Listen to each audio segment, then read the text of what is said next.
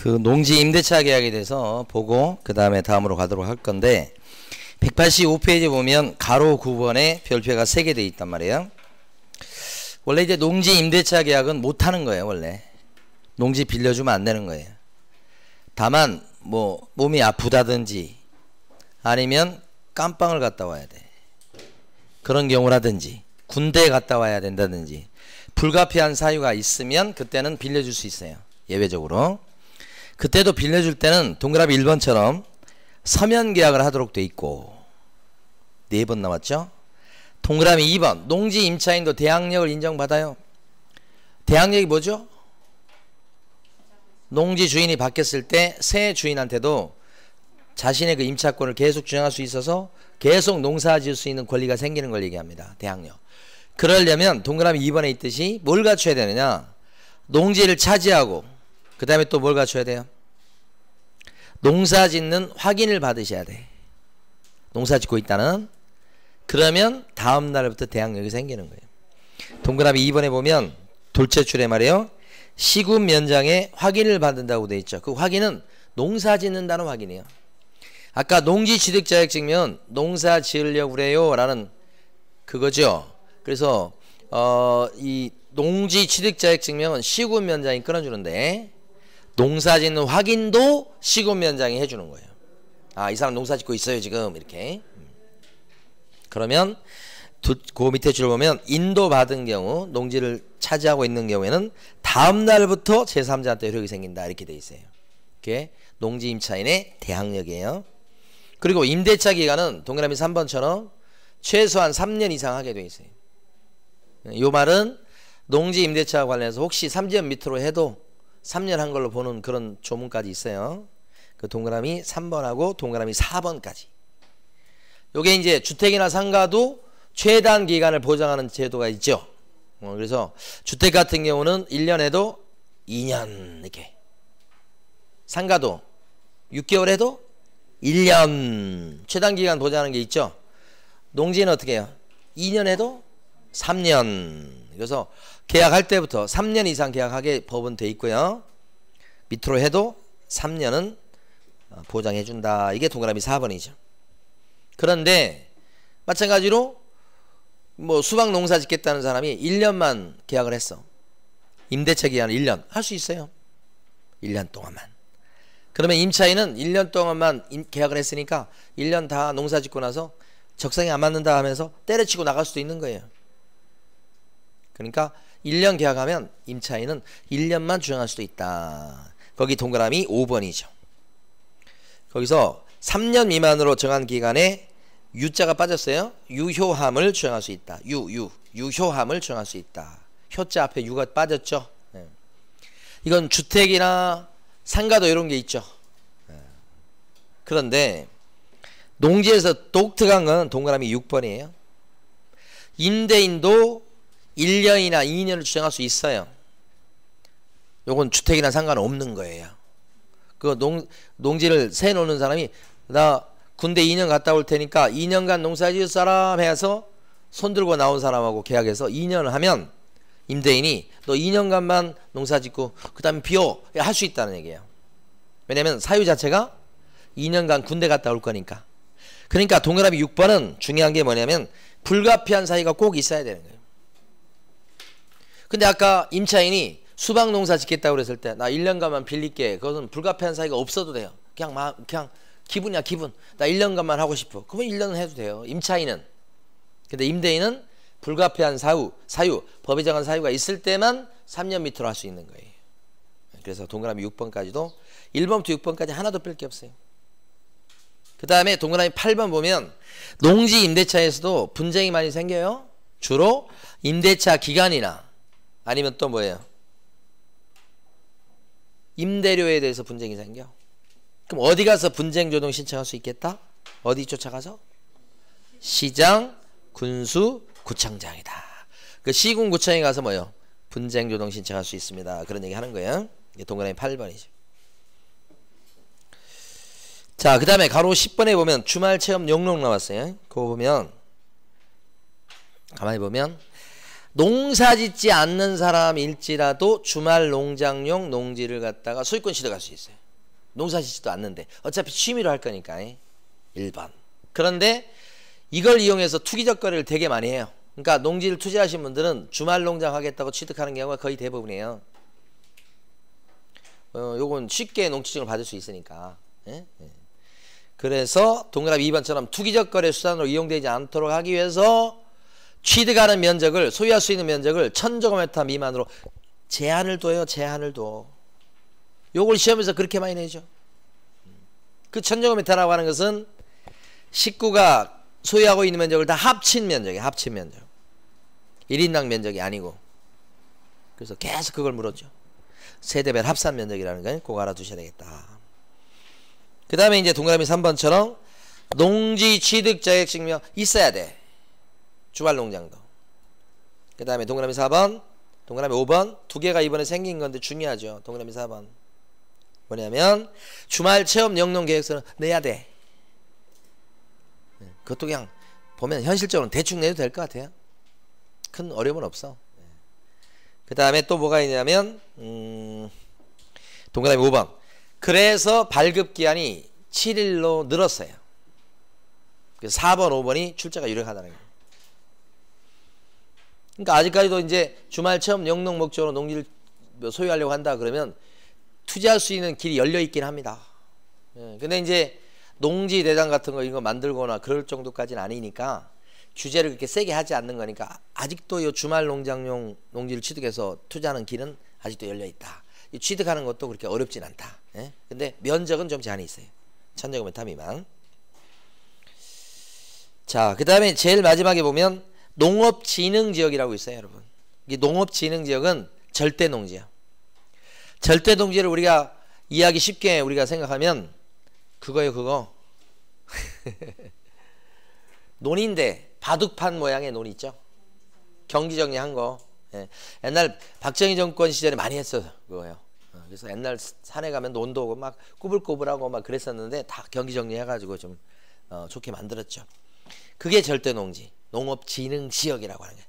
농업진흥지역은 진짜 농사 짓는 게 되기 때문에 거기서 주말 농장 하겠다고 하면 안 되는 거예요. 그건 인정 안 해주겠다 이런 거지. 자, 됐습니다. 여기까지 해가지고 농지법 일단 좀 봤고요. 그 다음에 이제 이번 시간에 주로 볼게 그 유명한 187페이지 확인 설명서예요.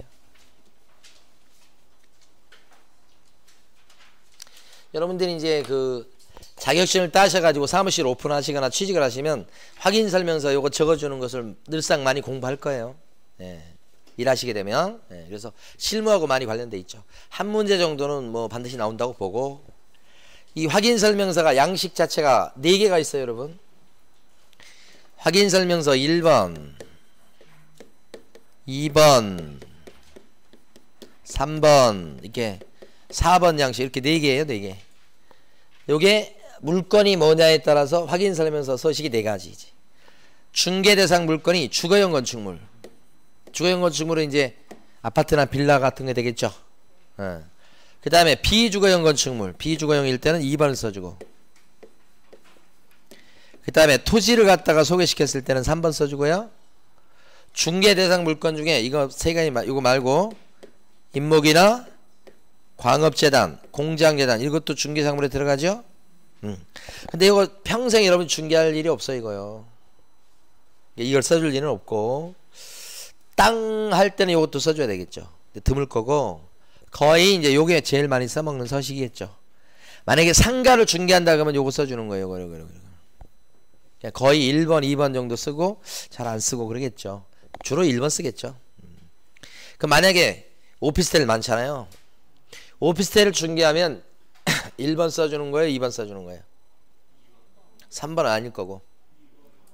오피스텔은 2번? 1번? 2번? 주거용일 때는 1번. 비주거용 업무용일 때는 2번. 이라고 하시면 안 돼. 무조건 2번이에요, 2번. 6권 해석이에요. 원래 오피스텔은 업무용이에요, 업무용. 대장상 용도가. 무조건 이겁니다. 주거용 오피스텔도 이거 써줘요. 이거 이제 질문 드린 이유는 엊그제 이제 금요일 날 우리 오피스텔 계약건이 2건이 있었어요. 1070짜리 뭐 73짜리 그 2건이 있었는데 두 개 다 주거용 오피스텔이에요. 확인 설명서는 몇 번 써줘요? 2번 써주는 거예요. 네, 그래서 확인 설명서 양식 중에 2번 양식에다가 이렇게 기재해서 줘요. 이렇게. 네, 그래서 2번 쓰는 거예요. 무조건. 오피스텔 여기 들어갑니다. 네. 자, 그러면 이제 근데 주로 주거용 오피스텔을 많이 취급하니까 주거용 오피스텔 지금부터 봐요. 그리고 간단히 보겠습니다. 이번에 기재 항목이 13가지예요. 여기까지 쭉 보도록 하겠습니다. 자, 먼저 이제 제일 처음에 보면 13가지 항목 중에 기본 확인사항이라는 게 있어요. 기본 확인사항은 주거용 오피스텔에 대한 확인 설명서예요. 여러분 교재는 어디냐면 어디 나와 있죠? 188페이지죠. 네.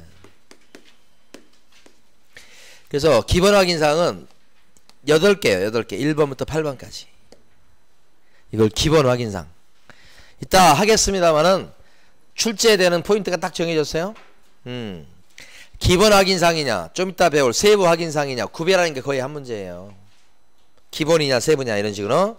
기본 확인사항은 손님한테 도움을 요청할 수 없고요. 개공이 직접 조사해서 적어주는 거예요. 직접 조사.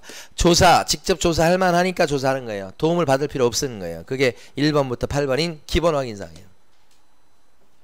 1번부터 8번 기본 확인사항. 그 중에서 자 봅니다. 기본 확인사항 중에 제일 처음에 나와 있는 게 1번 항목이 대상 물건의 표시죠. 그래서 우리는 표자를 따서 암기할 거야. 표시. 여기에 적어줄 것들이 이것저것 많이 있어요. 대지 지분 적습니까요? 대지 지분 구경해 보시고 대상 물건 표시란에다가 대지 지분 적는 게 있나요? 전용 면적을 적는 칸이 있나요? 있죠. 대지 지분도 적어줘요? 네, 있잖아요. 대지 지분. 한번 눈여겨 보시라는 거예요. 암기하시라는 것까지는 아니고. 자, 근데 대상 물건 표시란에 보니까 건축물의 용도를 기재하는 칸이 있나요? 용도? 어때요? 용도를 기재한 칸이 있죠. 건축물의 용도요.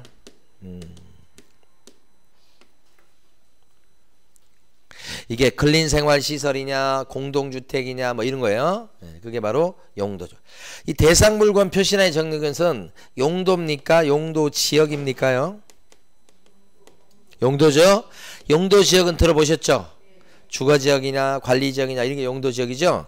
대상물건 표시란에 적는 것은 용도지역이 아니라 뭐예요? 용도다. 중요한 거죠. 이때 용도를 적을 때는 건축물 대장상의 용도를 적어요? 실제 용도를 적어요? 둘 다 적습니다. 그렇죠? 대장상에 나와 있는 용도도 적고 실제 용도도 적고 둘 다 적는다. 용도 중요하고요. 그 다음에 방향 나와 있습니다. 자, 대상물건 표시란에 적을 거 뭐예요? 방향을 적게 돼 있어요. 남향이 많겠죠. 남향. 근데 방향을 적을 때는 이제 기준도 이렇게 표시를 하게 돼 있어요. 그래서 밑에 그 작성 방법 보시면 밑줄 그어진 게 있죠.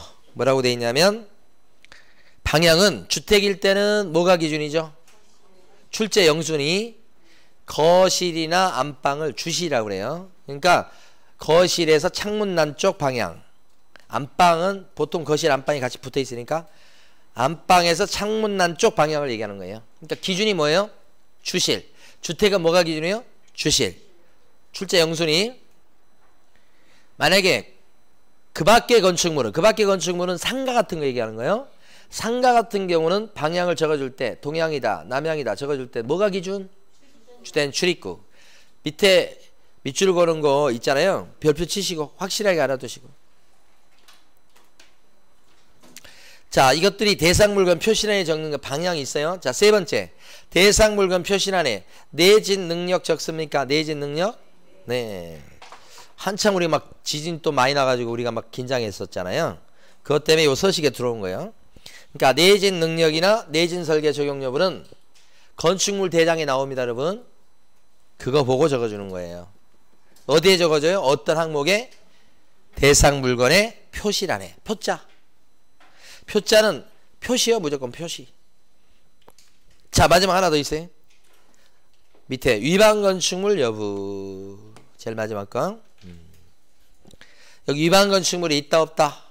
위반 건축물에 대해 어떤 위반 건축물이냐? 위반 건축물 진짜 많거든요. 아파트나 오피스텔은 적은데 빌라 같은 경우, 단독주택 같은 경우 진짜 많아요. 자, 그랬을 때 위반 건축물이다 아니다. 어디에 적어져요? 대상 물건 표시란에.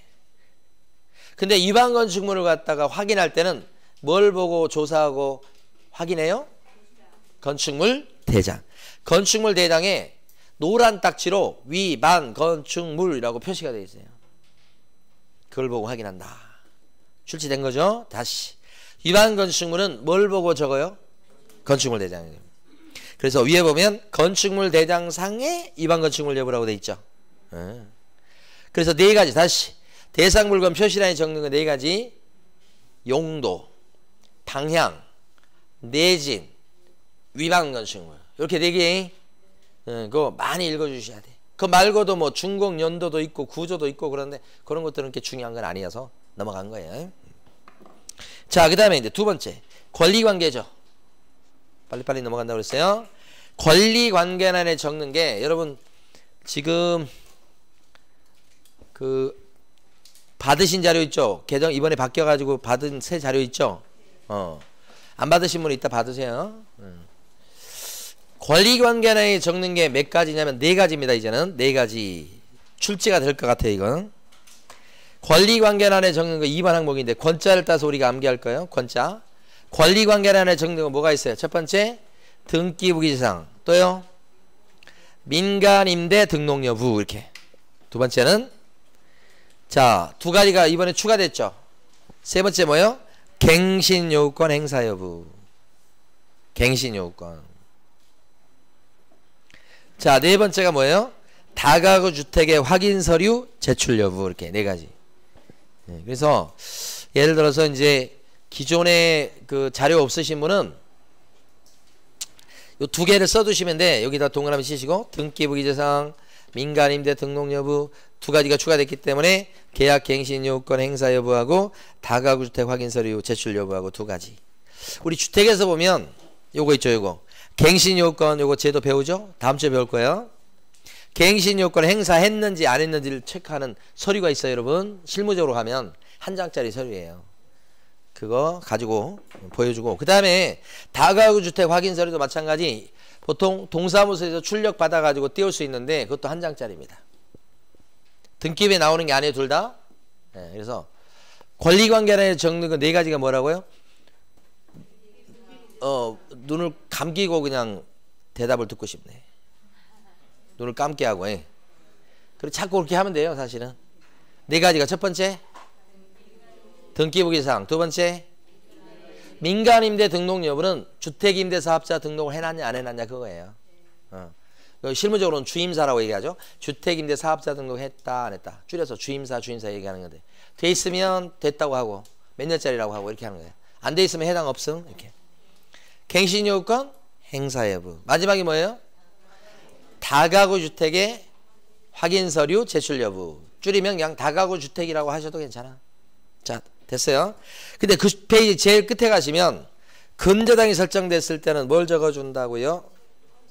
실제 채무액, 채권 최고액. 채권 최고액이지. 채권 최고액. 실제 채무액 그러시면 안 되고. 자, 그 다음에 이제 세 번째 갑니다. 세 번째가 뭐냐 그러면 세 번째가 제목이 엄청 길어요.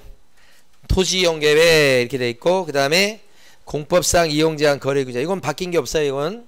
근데 요거 가만히 보면 요거 다시 한번 짧게 복습해 볼게요. 공법상 규제상은 우리가 암기할 때는 공자를 따서 암기할 거예요. 그래서 공법상 규제다 이렇게 기니까 너무 이렇게 하고요. 여기서 이제 여러분들 한번 맞춰보세요. 용도 지역이나 용도 지구 구역을 적어주는 칸이 있죠. 여기 적을 때는 뭘 보고 적어요? 토지 이용 계획 확인서 이렇게 적어 놓으셨죠 벌써? 토지 이용 계획 확인서를 보고 적는 거고요. 또요. 옆에 나와 있는 건폐율에 상한, 용적률에 상한은 뭘 보고 적고요? 뭘 보고 적어요? 시군 조례입니다. 토지 이용 계획 확인서에는 안 나옵니다. 이게 건폐율이 상한, 용적률의 상한이. 예를 들어 건폐율 상한이 60%다. 용적률이 갖다가 250%다. 이렇게 적는 건다. 이 뜻이에요. 이건 어디에 나와요? 시군 조례. 조례에 나온 걸 적어요. 자, 여기 토지거래 허가구역이다 아니다. 뭘 가지고 조사해요? 토지거래 허가구역인지 아닌지 뭘 가지고 조사? 그죠. 토지이용계획 확인서. 얘하고 똑같아요. 밑에 있는 투기지역이나 투기과열지구는 뭘로 조사할까요? 투기지역이나 투기과열지구는 부동산 종합 공부 시스템 이렇게 되죠. 네. 토지이용계획 확인서에 안 나와서 그런 거죠. 의미가 있고. 그 다음에 여기 나와 있는 도시군 계획시설, 지구단위 계획구역, 그 다음에 도시군 관리계획 이렇게 계획자 들어가는 것은 뭘로 조사해요? 개공이 관청에 가서 물어봐서 기재하죠. 확인하여 기재한다는 게 조사해서 기재한다는 뜻이에요. 직접 물어본다는 뜻입니다. 이게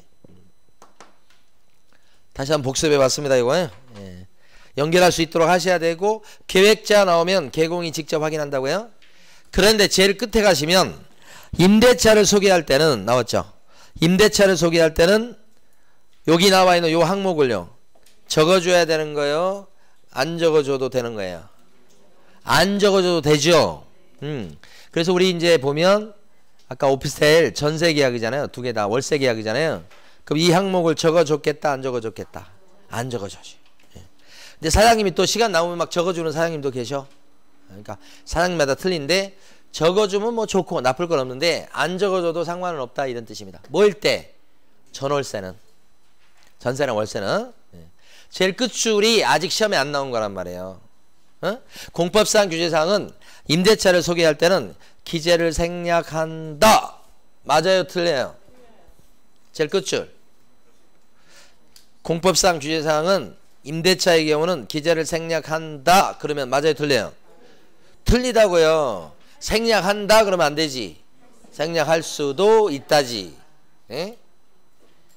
그러니까 여러분이 지금 이걸 시험에서 맞추는 것은 일반 상식적인 내용 가지고 맞추는 게 아니에요. 시험 공부에 맞춰서 공부를 하셔야 되는 거지. 그러니까 이게 얼마나 얄미운 거예요 이게. 예? 시험에서 그런 거요. 시험 합격하실 때까지 여러분이 뭐예요? 을이야 을. 그러니까 시험에 맞춰서 할 수밖에 없어요. 진짜로. 시험 끝나고 나면 이거 다 하나도 필요 없는 건데. 그잖아요. 실무는 따로 배우셔. 그게 모든 게 다 그래요. 뭐 사법시험도 마찬가지입니다. 합격할 때 공부하는 거랑 합격하고 나서 실무적으로 배우는 거랑 또 그러니까 요즘은 이제 로스쿨이 생겨가지고 조금 비슷해졌다고 하는데 그래도 마찬가지일 겁니다. 여러분도 마찬가지. 자, 그 다음에 넘어가셔서 이번에 입지 조건 나왔죠. 입지 조건. 입지 조건란에 적는 거 뭐가 있을까요? 여러분 맞춰보세요. 입지 조건란에 적는 거 5개인데 암기까지도 하셔야 되는데 도로, 대중교통, 주차장을 별표 치셔야 되죠.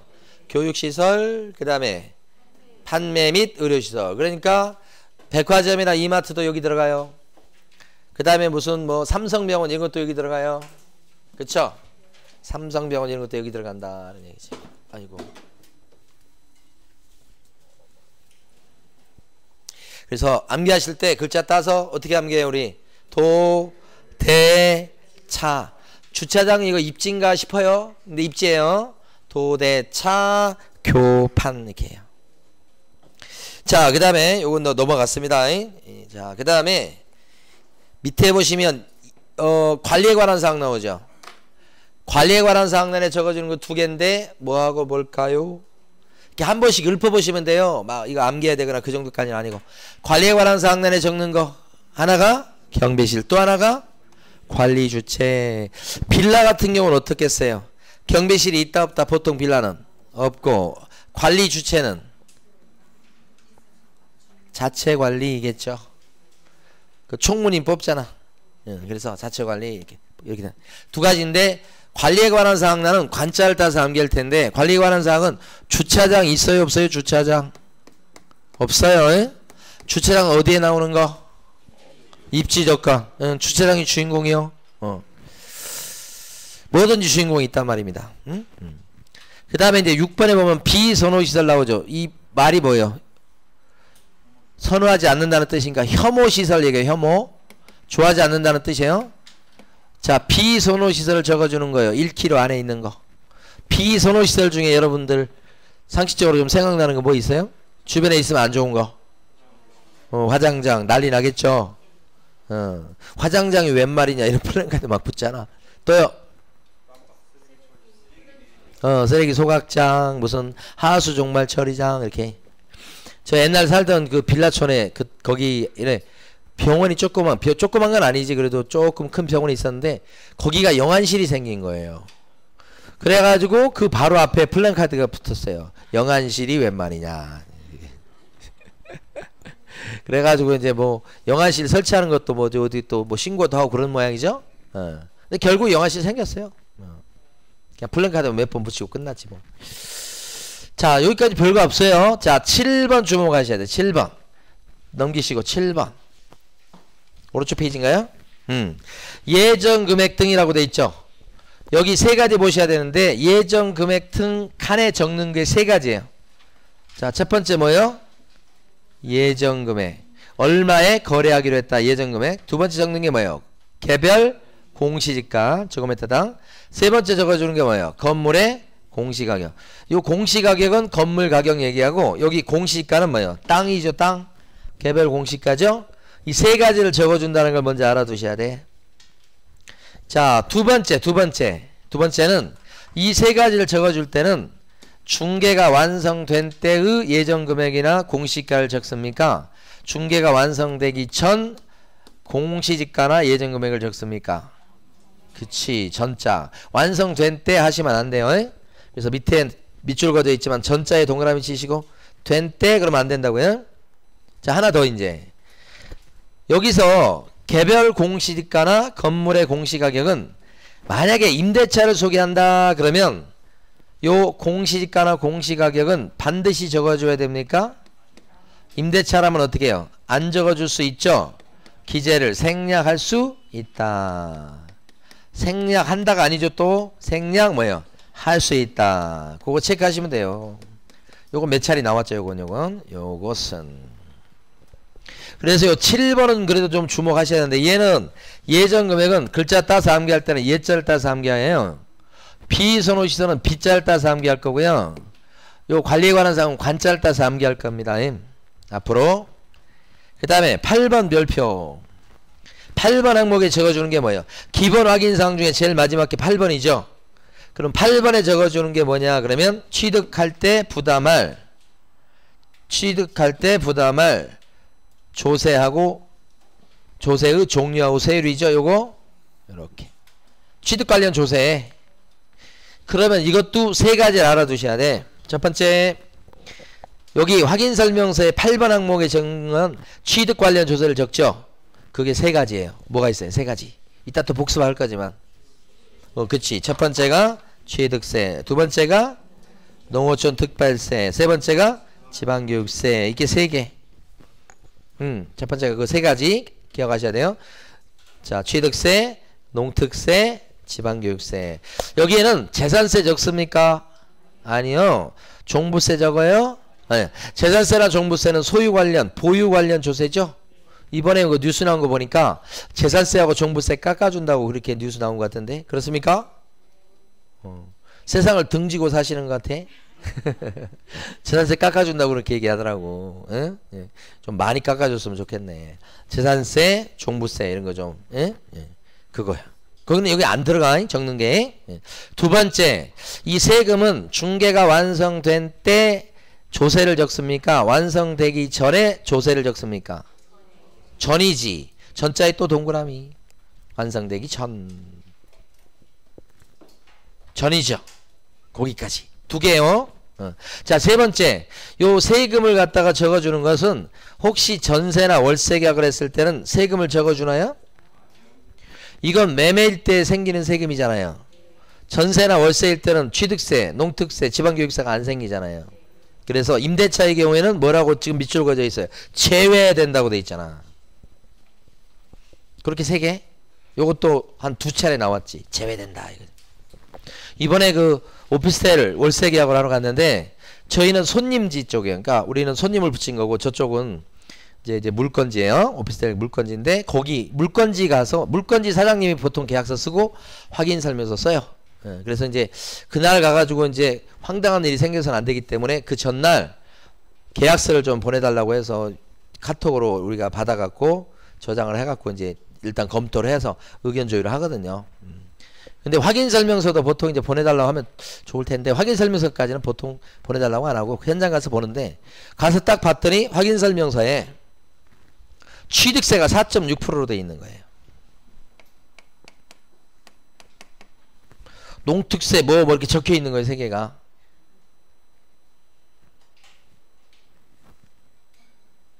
왜 안 웃는 거예요? 웃어야 되는 거예요, 이때. 우리가 지금 오피스텔 월세 계약을 하러 갔잖아요. 근데 취득세가 4.6%라는 게 말이 돼요? 안 적어주는 거잖아요. 그렇지만 가만히 있었어요. 그 사장님한테 이거 안 적는 겁니다. 그러면 사장님이 화를 내실 것 같아. 나가라 그럴 것 같아. 그래서 우리 뭐 복비 얼마 되지도 않지만 40만 원밖에 안 되지만 그거라도 받아야 되잖아. 가만히 꾹 다물고 이제 속으로는 이걸 왜 적었을까? 아니 전월세 계약인데 왜 취득세가 4.6%예요? 취득세 생기지도 않는 걸. 그래서 제외됩니다라고 된 거 기억하시라고 말씀드리는 거예요. 근데 현장에 가시면요 엉뚱하고 이상하고 황당하고 그런 건 많아요. 사장님마다 다 틀려요. 도장을 찍는데 그것도 참 이게 도장을 찍을 때 한 도장을 가지고 계약서, 확인 설명서 찍을 것을 다 돌아가면서 찍어버려야 돼요. 응? 그것도 사장님이 그러니까 그게 꼭 정해진 건 아니지만 그 물건지 사장님이 그 도장을 갖고 돌아가면서 찍을 때 다 찍고 끝내고 물건지 사장님이 다 하셔야 돼. 근데 확인 설명서 주면서 우리 보고 찍으라고 그러고 이러면 안 되고요. 그러면 잘못하면 누락되는 경우가 발생할 수 있고 잘못 찍어지는 경우가 있어요. 그러니까 도장을 다 수거해갖고 한 도장 거기 다 모았다가 한 도장 들었으면 그거 도장을 끝까지 다 찍어버려야 돼. 찍을 때. 그리고 나서 이제 이름 쓰라고 이렇게 하고 아니면 이름 쓰라고 주는 수는 있는데 이걸 우리한테 줘서 찍게 하고 저 사람 저 손님한테 줘서 또 찍게 하고 다 알아서 찍게 하면 이거 어떻게 돼요? 잘못하면 빼먹을 수도 있고 잘못 찍을 수도 있고 시간도 오래 가고. 그래서 답답하더라도 어떻게 해요? 거기 가면 로마에 가면 로마의 법을 따라서 그 사장님이 시키는 대로 다 하긴 했지만 답답하긴 답답하더라고. 자, 그 다음에 요렇게 세 개요. 세 개. 그 다음에 아까 임대차는 안 적어준 데까지 했어요. 여기까지가 뭐예요? 기본 확인사항. 기본 확인사항은 스스로 노력하면 내용을 조사할 수 있는 거예요. 이거. 그런데 이제 지금부터 9번부터 나온 게 있어. 9번부터. 다음 페이지에 나와 있는 게 세부 확인사항이라는 거 보이시나요? 중요하죠. 여기서부터 더 중요하죠. 세부 확인사항. 9번. 자, 세부 확인사항은 스스로 조사하기에 조금 미흡한 측면이 있어서 손님한테 물어서 자료 달라고 할 수 있는 거예요. 이게 세부 확인사항이에요. 그래서 개업공인중개사가 직접 또 조사하고 기재하는 거예요. 그러니까 확인하여 기재하는 건 변함이 없어요. 근데 요구할 수 있다고 하는 게 특징이에요. 그게 세부 확인사항이에요. 네 가지요. 네 가지. 그 세부 확인사항에 들어간 게 9번부터 12번까지 네 가지라고요. 네. 그 세부냐 기본이냐 구별하는 게 엄청 중요하지 시험에서. 그 세부 확인사항 중에 들어가는 것 중에서 제일 앞에 나와 있는 게 실제 권리관계 뭐 요거 9번이죠. 이거 앞으로 이제 실자를 따서 암기할 거야. 실자. 실자. 실제 권리관계 이렇게. 실제 권리관계는 어떤 거냐? 등기부에 안 나타나는 거. 등기부에 나오지 않는 권리관계를 적어주는 게 실제 권리관계예요. 등기부에 안 나오는 권리관계 뭐가 있을까요? 등기부에 안 나오는 거. 유치권. 또요. 법정기상권. 법정기상권은 등기 안 돼도 권리 행사하는 거잖아요. 등기부에 안 나타나도. 또요. 분묘기지권 오늘 배웠던 것 중에 분묘기지권 등기부에 안 나와요. 그건 그래도 권리 행사를 해요. 그래서 주로 현장 답사하고 막 이런 것들이에요. 또 하나 더 제일 중요한 거 빠졌어요 지금. 주택임차권. 주택임차권은 등기부에 나와요 안 나와요? 거의 대부분 안 나와요. 왜냐면 주인이 등기해줘야 등기되는 것이거든. 근데 주인이 안 해줄 거거든요. 그래서 임차권 등기가 되는 경우는 거의 드물고, 그죠? 대신에 주민등록 대신, 임차권 등기 대신에 뭘로 보호를 해줘요? 주민등록 전입신고. 세입자가 주민등록 전입신고하면 다음날 0시부터 대항력이 생긴다고 그러죠? 그 주민등록 전입신고와 등기 대신이요. 확정일자가 등기 대신이라고요. 그래서 등기부에 안 나오지만 권리 행사를 톡톡히 하는 거란 말이에요. 이게 임차권이. 예, 그래서 이런 것들은 실제 권리관계란에 적는다 하는 얘기죠. 그래서 그 박스에 보시면, 저 밑에 보시면 그 써놓은 거 보면 뭔 얘기 나오냐면 첫 번째 미출구인가요? 실제 권리관계 또는 공시되지 않은 물건의 권리 관한 사항은 이렇게 나온 거 있잖아요. 네, 거기 보면 매도 또는 임대 의뢰인이 고지한 사항을 적습니다. 고지라고 나오죠. 고지. 고지에 동그라미 치시고 고지 알려준 것을 적는다는 거예요. 왜 매도인과 임대인이 알려줄까요? 물어봤으니까 알려주는 거예요. 요구가 뭐예요? 물어보는 거예요. 물어보는 거. 응? 그 세입자 있어요? 세입자 보증 얼마에 살고 있어요? 계약기간 언제까지요? 그거 물어보는 거예요. 물어봤더니 가르쳐주죠. 그걸 뭐라고 그래요? 고지 받은 사항을 적는다 이렇게 하는 거지. 그래서 그 대표적인 게 거기 나와 있는 법정이상권, 유치권, 또 임대차 나왔죠? 예, 이런 것들. 자, 그 다음에 이제 또 여기 실제 권리관계란에 또 적는 것 중에 하나가 공시되지 않는 물건의 권리상이에요. 공시되지 않는 물건, 이것은 주로 비싼 물건이에요. 비싼 물건. 비싼 물건은 서로 자기 거라 할 거라고 막 싸울 수 있죠. 예, 그래서 비싼 물건에 대해서는 누구 거로 할 건지 소유를, 그 소유권에 대한 분쟁이 생길 수 있으니까 입장 정리를 해두시라. 비싼 물건에 대해서 누구 거로 할 건지를 정리해 두시라. 비싼 물건 싸울 만한 거 뭐가 있을까요, 여러분? 중개해 주다 보면 막 자기 거라고 막 싸우는 그런 경우가 있어요. 어떤 게 있을까요, 대표적으로? 마당에 있는 정원수 대표적이죠. 왜 정원수 뽑아갔냐 막 이렇게 싸우는 거예요. 또요, 집 안으로 들어가면 조명시설 비싼 거 왜 떼갔냐 싸운다고. 그러면 그것을 떼갈 건지 놓고 갈 건지를 여기다 적는 거예요. 또 집 안에 있는 것 중에 싸울 만한 것 중에 에어컨 가지고도 싸우지. 응? 에어컨이 거실에 하나 방에다 이렇게 하나씩 있었는데 왜 다 떼갔냐 이렇게 되는 거지. 그 다음에 잠금장치 중에 막 이 번호표 해가지고 문 앞에 있는 잠금장치 있죠? 잠금장치. 예. 120만원짜리 뭐 이런 거 있잖아요. 되게 비싼 거 있잖아요. 그거 왜 떼갔냐 싸운다고요. 예? 그 다음에 화장실에 있는 비데 몇십만원짜리 왜 떼갔냐 이렇게 싸우는 거지. 그런 게 이거예요. 자, 그래서 이제 9번이 그런 것들은 이제 물어봐야죠. 뭘 물어보죠? 그런 거? 아, 이거 비데 떼가시겠어요? 놓고 가시는 거예요. 이렇게 물어보는 거지. 예, 여기다 적는 거다. 둘이 합의해야 될 필요가 있어요. 매도인하고 매수인이. 이렇게. 자, 그 다음에 밑에 가면 10번째가 내 외부 시설물의 상태입니다. 이번에. 예. 내 외부 시설물의 상태. 여기에 적는 게 뭐가 있을까? 여러분들 한 번씩 읽으면서도 또 암기까지는 아니어도 계속 많이 읽어주셔야 돼요. 내 외부 시설물의 상태 중에 제일 처음에 있는 게 뭐예요? 수도. 그 다음에 전기. 자꾸 여러분 입 밖으로 내서 읽어보셔야 돼. 가스. 요것은 이제 그 주방의 취사와 관련된 요새 도시가스 아니면 뭐 인덕션 이렇게 되겠죠. 예. 그 다음에 소방. 그 다음에 난방. 방자 들어간 거 두 개예요. 소방, 난방 이렇게. 예.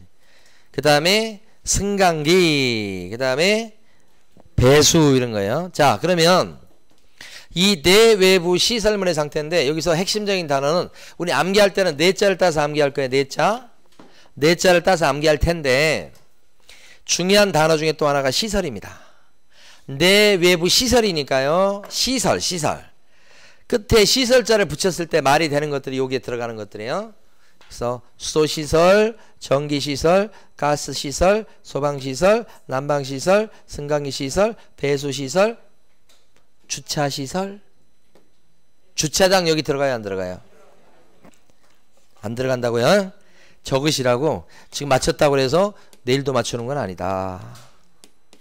주차장 X. 주차장은 어디에 적어요? 내 외부 시설이 아니고, 그치, 입지 조건란에 적는다 이거지. 다시 여기 보면 내 외부 시설물의 상태란에 내진 능력 적습니까? 내진 능력?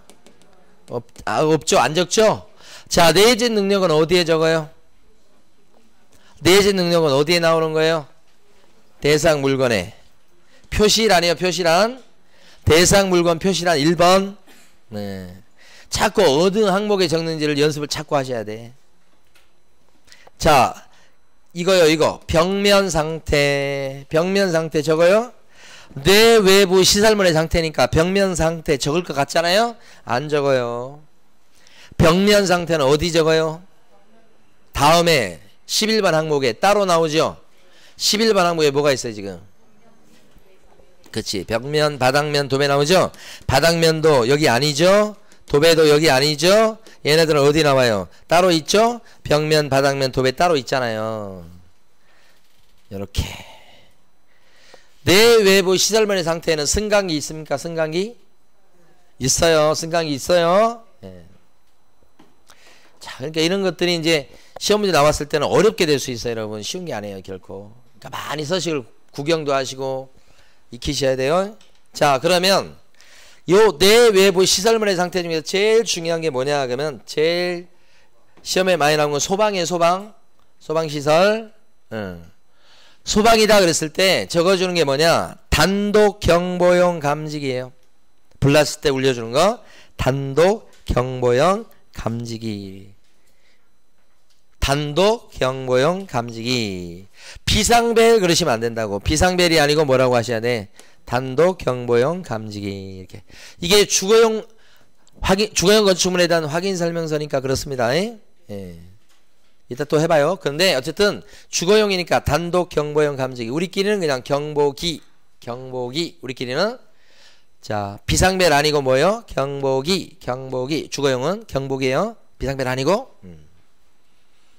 그 다음에 이런 경보기는 있다 없다, 몇 대 있다, 이거 적어주는 거예요.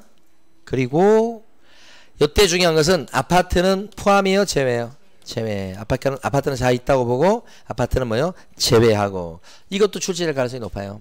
이미 한 번 나왔습니다.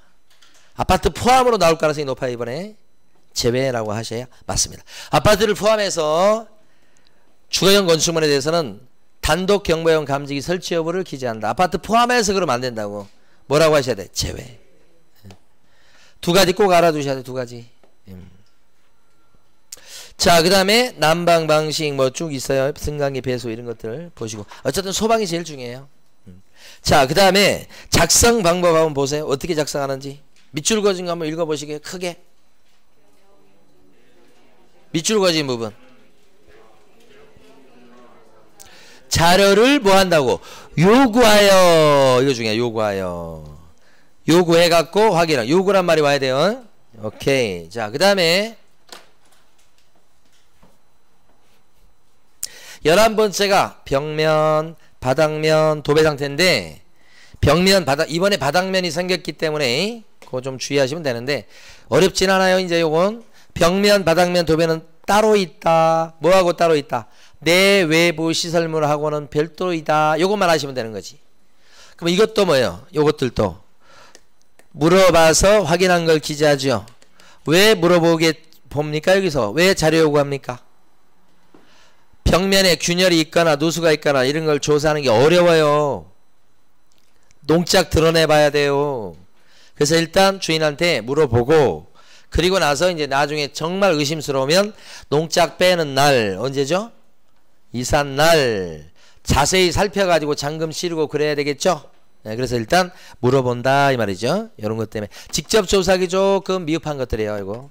자, 마지막 12번 환경 조건란에 적는다고 돼 있죠.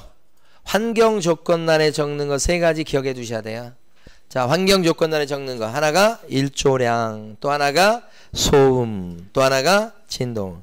근데 얘네들도 소음이나 진동 같은 거 가만히 보시면 자료를 요구할 필요가 있죠. 소음이나 진동을 어떻게 조사할 거예요? 조사하기 쉽지 않아요. 소음? 진동. 이거 조사하려면 몇 박 며칠이 걸릴지 몰라요. 그래서 이런 것들은 물어본다 이런 얘기죠. 그러면서 자료 요구한다고요? 물으면서 아셔야 될 게 이거죠. 이거 환경 조건란에 방향 기재합니까? XX 적어 놓으셔야 돼요. 방향은 어디에 기재하죠? 어느 란, 어느 칸? 대상 물건의 표시란. 방향이 일조량하고 관련되어 있는 건 맞아요. 예, 그렇지만 환경 조건란에 기재하는 건 아니다. 따로 있어요. 자, 환경 조건란에 비선호시설 기재하나요? 아니요. 이거 아니죠? 비선호시설 따로 있죠? 네, 이렇게. 그러니까 어느 날에 적는가를 많이 연습을 해주셔야 된다. 여기까지가 요구할 수 있는 세부 확인 사항이죠. 자, 이제 세 번째 덩어리로 갑니다. 여러분 교재에는 194페이지로 왔습니다. 자, 여기 세 번째 항목에 적어주는 게 뭐예요? 중개, 보수, 복비예요. 복비. 복비를 적어준다. 여기다 실비도 적습니까? 실비? 요 세 번째 항목에다가 중개, 보수 등에다가 실비 적냐고요. 눈으로 확인하고 실비 적어요. 합친 금액도 적고. 근데 이건 뭐 어렵지 않고. 중요한 것은 요 세 번째 항목, 13번째입니다. 13번째 항목인데 이름은 중개, 보수 등이에요. 13번째 항목이고. 여기에 보수 지급시기 적습니까? 적어요? 보수 지급시기 적어요. 보수 지급시기는 보통 언제가 되겠어요, 여러분? 잔금시가 되겠죠? 그 다음에 보수나 실비가 어떻게 계산되어서 나왔는지도 적어줍니까? 산출액 적어요, 안 적어요? 보고도 안 적는다고 하면 어떻게? 산출액 적죠? 그 다음에 이제 중요한 것은 여기 보면 부가가치세 얘기가 나옵니다. 제일 끝에. 요게 두 번 정도 출제됐는데 어떻게 보면 제일 중요하다고 볼 수 있어요. 여기 요 부분에서는. 자, 부가가치세. 이건 중개 보수에 대한 부가가치세를 얘기합니다. 부가가치세는 보통 10% 그렇게 되는데 중개 보수가 100만 원이면 110 이렇게 10만 원 별도로 받는 거 그 얘기하는데 기억할 것은 부가가치세 관련해서 부동산 사장님은 두 종류예요.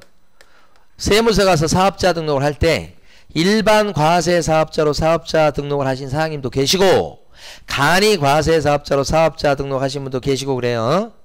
그런데 일반 과세 사업자로 사업자 등록을 내시면 자, 중개 보수 있잖아요. 중개 보수를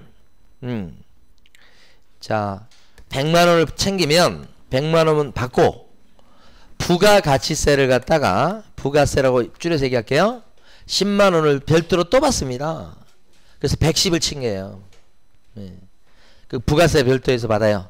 일반 과세 사업자일 때는 부가세를 별도로 받을 수 있는 거예요. 부가가치세를. 근데 간이 과세 사업자로 사업자를 내면 매출 규모가 좀 적고 영세하다는 뜻인데 이럴 때는 중개보수 100만원 받으면 100만원 안에 부가세가 포함된 걸로 봐요. 그래서 여기도 부가가치세를 나라에 냅니다. 국가에 내긴 내는데 요 안에 포함돼서 받은 걸로 치니까 별도로 받을 수는 없죠.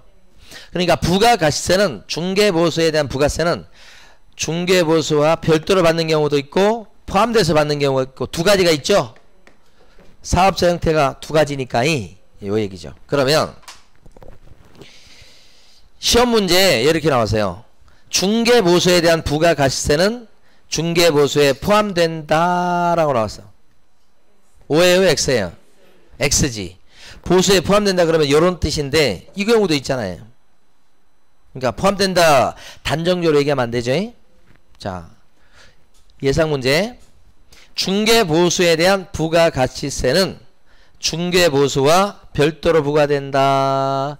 별도로 부과된다 그러면 O예요, X예요? X라고 하셔야 돼. 이런 경우도 있으니까, 포함되는 경우도 있으니까. 그렇죠? 두 가지 경우가 다 열려있죠? 그래서 어떻게 표현해야 돼요? 별도로 부과될 수도 있다 이렇게 표현해야지. 두 가지를 다 열어놔야 돼요. 이럴 경우도 있고 이럴 경우도 있고. 자, 그 다음에 마지막. 자, 이 중개보수는 무엇을 기준으로 해서 중개보수를 계산해요? 밑에 밑줄 그은 거. 거래 금액을 기준으로 해서 계산해요? 예전 금액을 기준으로 해서 계산해요. 예전 금액이지.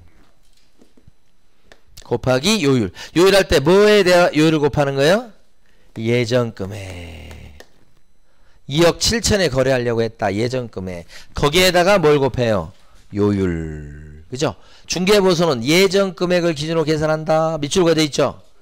자, 중개보수는 맞춰보세요. 중개보수는 실제 거래 금액을 기준으로 계산한다. X. 실제 거래 금액을 기준으로 계산한다면 X. 그게 기출문제예요. 그게 기출문제. 황당하죠, 사실은. 예전 금액은 사실은 실제 거래 금액을 얘기하는 거예요. 그런데도 글자가 그렇게 안 돼 있다고 내는 거예요. 그러니까 출제하는 사람이 좀 이상한 사람이지만 우리는 어떻게 해요? 의리예요. 그래서 거기 맞춰서 대비를 딱 하셔야 돼. 자, 그러면 이제 마지막 요거 정리하고 쉴 거예요. 암기할 거 있어요. 암기할 거. 자, 세부 확인사항과 기본 확인사항을 구별하셔야 되는데 출제가 이것이 매년 한 문제에 가까운 비중이 있어요. 여러분 요약집은 없고 강의 노트만 있어요. 그래서 여기 보면 세부 확인사항에 들어가는 것을 4가지를 암기하는 게 더 편해요. 그러니까 이걸 먼저 암기를 하시고 이건 암기하면 좋고 안 해도 뭐 어쩔 수 없고 그 정도예요. 위에 건 빨리 해볼게요. 세부 확인사항에 들어가는 것은 암기할 때 요새 실내벽이 환해졌다 이렇게 하셔야 돼요. 다시 요새 실내벽이 환해요 이렇게. 요자가 뭐죠? 요구할 수 있다는 거죠. 요구할 수 있는 걸 뭐라고 불러요? 세부 확인사항이다. 세부 확인사항은 몇 가지예요? 4가지. 9번부터 12번까지. 실내벽이 환해요. 실이 뭐게요? 실제 권리관계하고 공시되지 않는 물건의 권리에 관한 사항. 등기부에 안 나오는 권리관계의 비싼 물건. 그 다음에 내자는 뭐예요? 내 외부 시설물의 상태. 뭐라고 하셔야 돼요? 이 안에 들어간 거. 수도. 아니 지금 해가지고 다 기억이 안 나거든요. 그냥 한번 이렇게 스치고 지나가는 거예요. 수도, 전기, 가스, 소방, 난방, 승강기, 배수 이렇게 얼버무리고 넘어가는 거예요. 자 11번에 뭐예요? 이거 뭐예요? 벽 나온 거 뭐예요? 씹는데 벽면, 바닥면, 도배. 아니 지금 이렇게 하면서 이제 암기하는 거예요 여러분. 따로 하려고 그러지 마시고. 자 12번요. 12번 하나 둘 셋. 환경조건이죠. 환경조건에 적는 거 3개인데 뭐예요? 일조량, 소음, 진동, 일소진 이렇게 되지. 그래서 요새 실내벽이 환해요. 이거 하면 한 문제예요. 이거 암기하면. 자 그런데 기본 확인사항도 이번에는 암기해보자고요. 암기하실 때는 기자 기본 확인사항이니까 기자가 요 기자예요. 기표와 사람 이름이요. 권공, 권가 양반의 권공의 뭐요? 입관비는 입관시키는 비용은 얘 줘버려라 이런 거죠. 입관비 죽었을 때 입관시키는 입관 비용은 얘 줘버려라. 왜냐?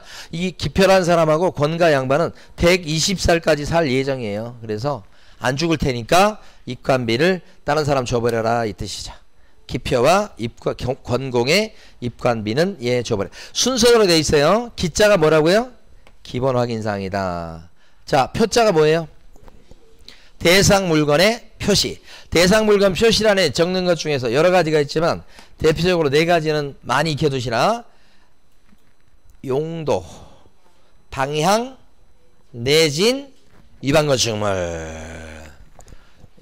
무한 반복이야. 자, 2번째.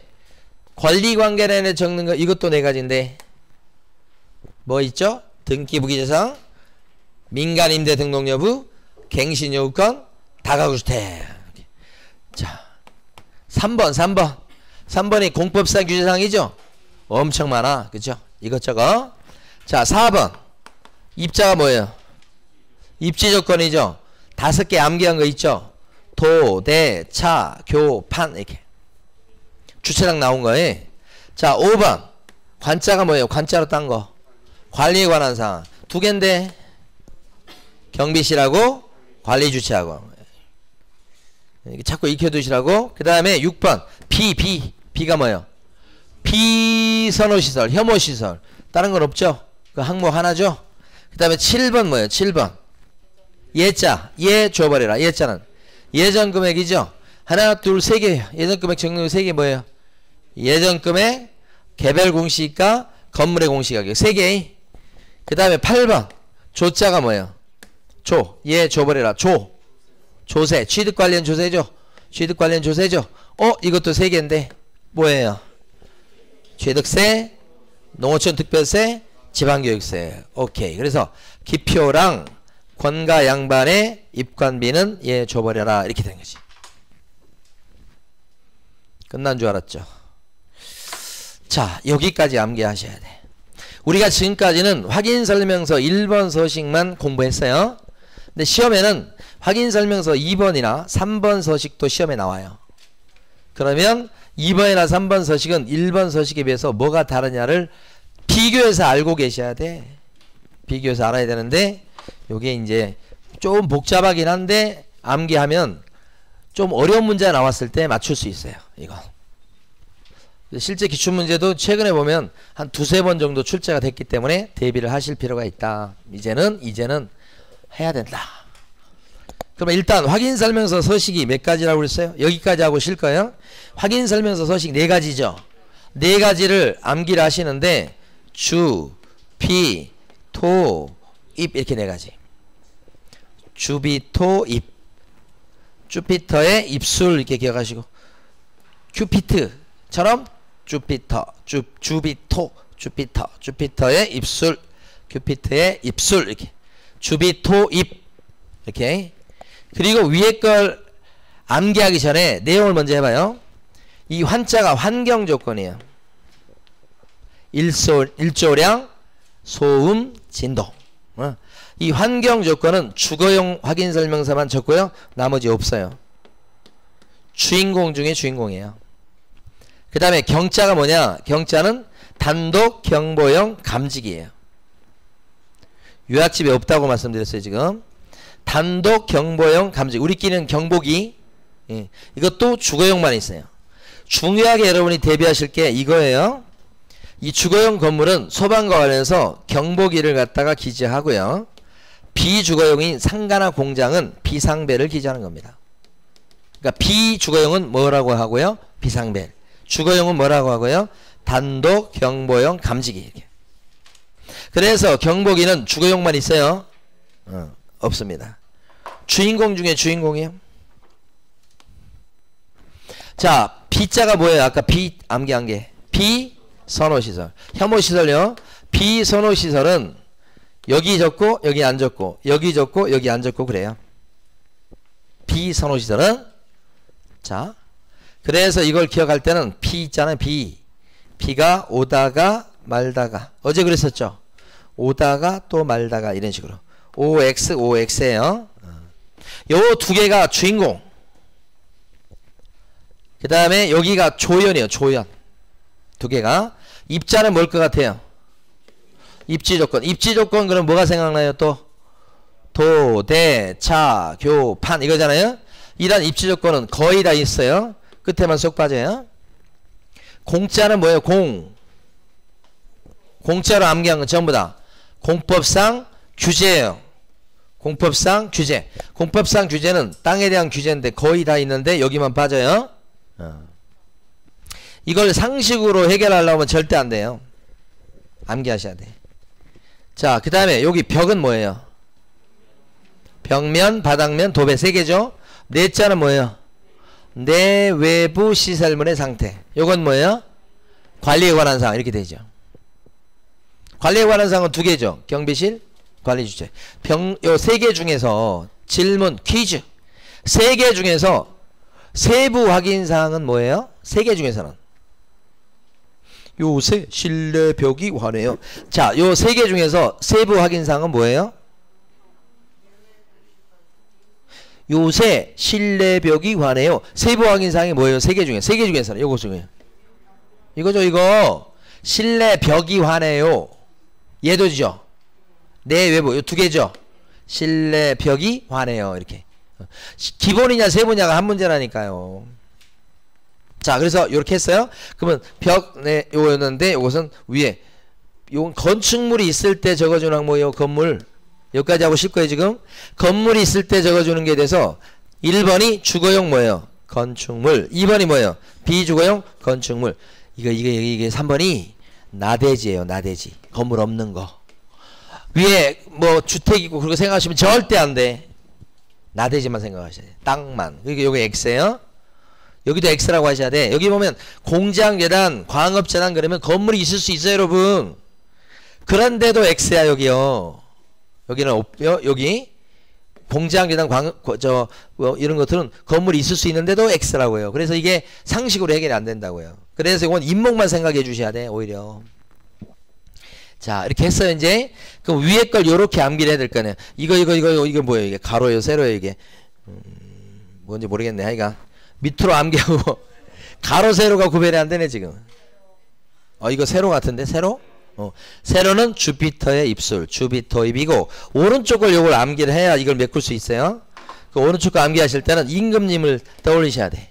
임금님이 환경 비옷을 비옷 있죠. 비를 막는 옷 비옷을 입고 이렇게 환경 비옷이 뭐냐면 머리 안 벗겨지게 하는 비옷이에요.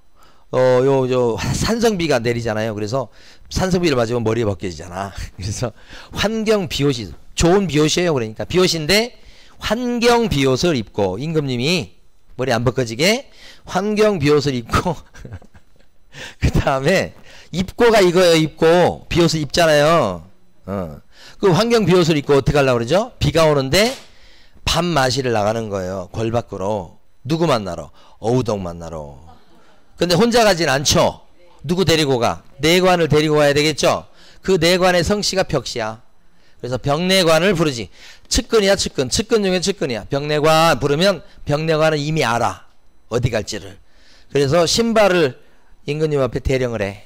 근데 임금님 앞에 신발을 대령하면서 벽내관 부르면 대답을 하고 가야 될 거 아니에요. 그죠? 네. 그 대답을 할 때 네네 하고 대답을 하고 간다고. 내관이니까 네네 하고 쫓아간다고. 벽내관 부르니까 뭐예요? 네네. 네 그러면 건방지잖아. 네네 두 번 부르고 가요. 네, 그리고 밑에는 없지. 자, 임금님이 환경 비옷을 입고 벽내관 이렇게 하는 거예요. 가자고 이런 소리. 여기 벽내관이 이제 차비를 차릴 때 신발 두 짝을 내놓을 거 아니에요. 그 네네요 그거에 두 짝을 가지고 가서 네네 하는 거예요. 그리고 비옷을 입었죠 지금. 그러면 위에는 비에 안 젖어요. 입었다고 하더라도 신발은 젖을 가능성이 있지. 못 막아 신발은. 그래서 여기가 X예요. 다 막는데 신발은 못 막아. 다 막는데 신발은 못 막아. 이렇게. 비는 어떻게 온다고요? 계속 쏟아지는 게 아니고 오다가 말다가 오다가 말다가. 제일 주인공은 이거예요. 환경 조건이나 경보기는 뭐만 있다? 주거용만 있다. 이죠. 예, 그래서 임금님이 환경 비옷을 입고 벽내관. 이걸 암기했으면 이 채우는 건 자동으로 채워져야 되는 거예요. 연상해서. 지우고 채워봐요? 지우지 말아요? 자, 어떻게 해요? 환경은 어떻게 되는 거야? 이거 없어. XXX P? 오다 말다. 이거 암기하기 쉬워요. 그 다음에 입고 비옷을 입어놨으니까 여기만 젖어. 못 막아. 다 막아 비를. 근데 여기는 못 막아. 신발 쪽은. 예. 그 다음에 벽내관 그러니까 네네 이렇게 쫓아왔다는 얘기죠. 자, 쉬시겠습니다.